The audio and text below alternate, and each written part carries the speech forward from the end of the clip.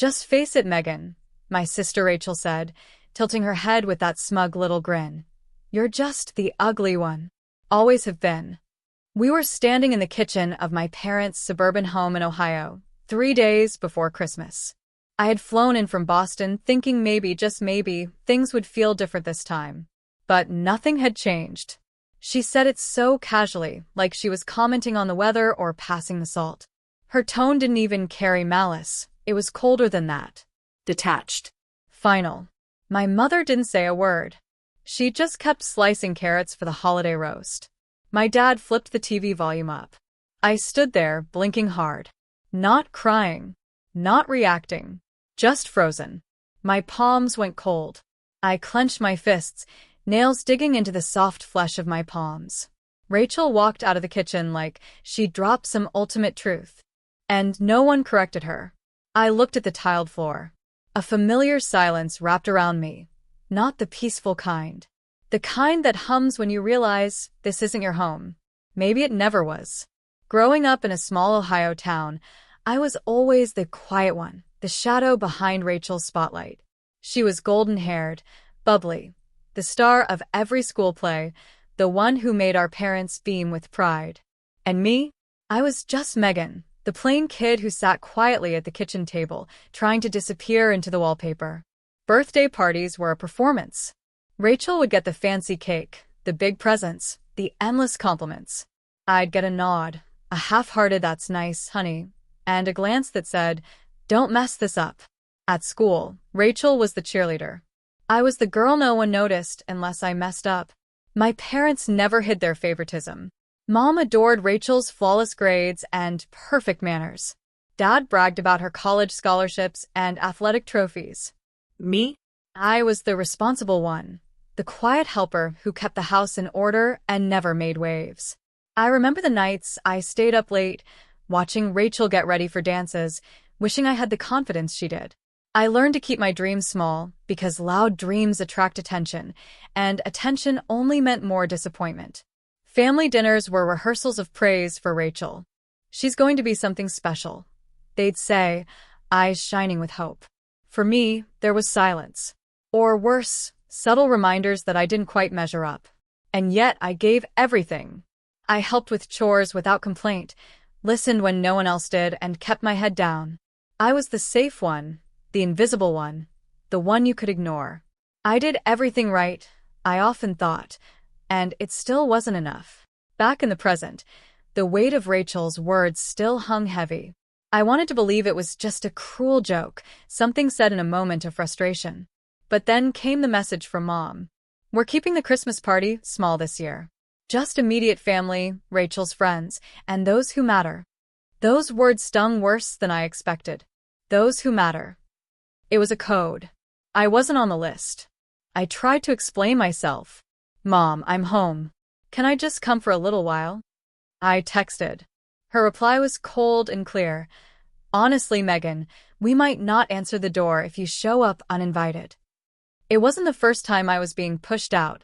Growing up, every time I tried to speak up, to share my struggles, they told me, "It's not personal," or "We're just trying to do what's best for you." But the truth was, it was always personal. And it always hurt. Rachel's words echoed in my mind, and for the first time, I stopped fighting to be seen in their eyes. I didn't argue, didn't plead. I accepted the rejection. Not because I believed I deserved it, but because I was exhausted from trying. But inside, something was shifting. The pain wasn't just hurt anymore. It was fire. A quiet, simmering fire that whispered I didn't need their approval to exist. That maybe I could build something of my own. After that Christmas, I started pulling away. Not with anger, not with a fight, just silence. No more calls to check in. No more awkward texts asking if I was okay or coming around.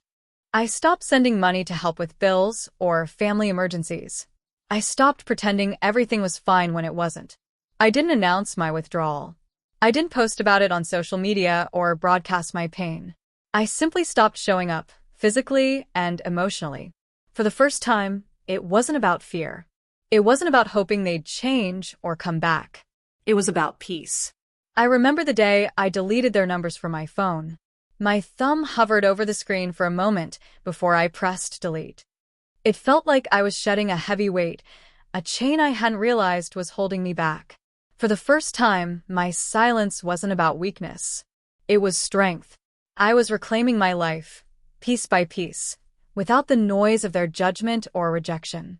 And in that quiet withdrawal, I found freedom. Months after I withdrew, something unexpected happened. I got a message from Sarah, my college roommate, someone who had moved to New York and kept in touch sporadically. She wasn't part of my family drama, just someone who had known me before all the noise. "Hey Megan, did you know your story's getting around?" she wrote. Curious, I asked what she meant. Turns out, Sarah's aunt, a woman she'd never met in person, had been telling people about the quiet, kind girl from Ohio who had quietly saved her life. Years ago, during a hospital internship, I had stayed late to comfort a terrified patient, Sarah's aunt. No one else had bothered. I never told anyone, never expected thanks. But that kindness had left a mark. Sarah said, she told me, "Megan's not just some nobody. She's a hero in ways people don't see." Hearing this from outside my family's toxic circle was a revelation. For the first time, someone who wasn't blinded by favoritism or jealousy saw me for who I truly was. It shattered the false story my family had created, the ugly one, the invisible one. I wasn't a mistake. I was more than their narrow labels. This outsider's recognition lit a fire inside me, proving that my worth wasn't tied to their approval. It was real, and it had impact. A few weeks later, the phone rang. It was Mom. "We need to talk," she said, her voice softer than usual. "Things got out of hand, Megan. Let's reset. We miss you." I could almost hear the carefully measured words behind that tone. The apology wasn't for me, but for the way others might see them. Then came the messages from Rachel, filled with half-hearted apologies. "I didn't mean to hurt you. Can you please delete that post? It's causing problems." I saw right through it. Their goal wasn't healing or truth. It was damage control. Protecting their image, keeping up appearances. But I wasn't falling for it. This wasn't about forgiveness or reunion. It was about control. I didn't reply right away.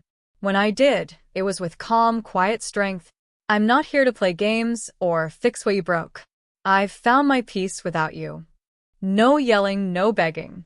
Just the truth. Because I knew something they didn't. My worth wasn't tied to their approval anymore. One afternoon, as I scrolled through my phone, a new message popped up from Sarah's aunt, the very woman I had comforted years ago without expecting anything in return. "I don't know if you remember me," the message began, "but you were the only one who stayed by my side during my darkest hour in the hospital. You didn't have to, but you did. That kindness changed everything for me. You made me feel like I mattered when I felt invisible. I've carried that with me ever since." Reading those words, something inside me cracked open. For so long, I had believed the cruel words from my family, the whispers that I was just the ugly one, that I was invisible and unworthy. But here was someone who saw me, truly saw me, for who I was beyond the surface. It was a reminder that my worth wasn't defined by their rejection or my reflection in their eyes. It was about the quiet moments of kindness, the unseen battles, and the strength it took just to keep going. That message felt like a lifeline, pulling me out of the darkness and into a light I didn't think I deserved. For the first time, I felt seen, not because of what I gave, but because of who I am. That moment was my turning point. It wasn't about proving anything to my family anymore. It was about embracing my own story and knowing my value, no matter what. Sometimes, the kindness we offer quietly comes back to us in the most powerful ways. A few days after the message from Sarah's aunt, my phone rang again. This time it was my sister, Rachel. She sounded different, softer, almost hesitant.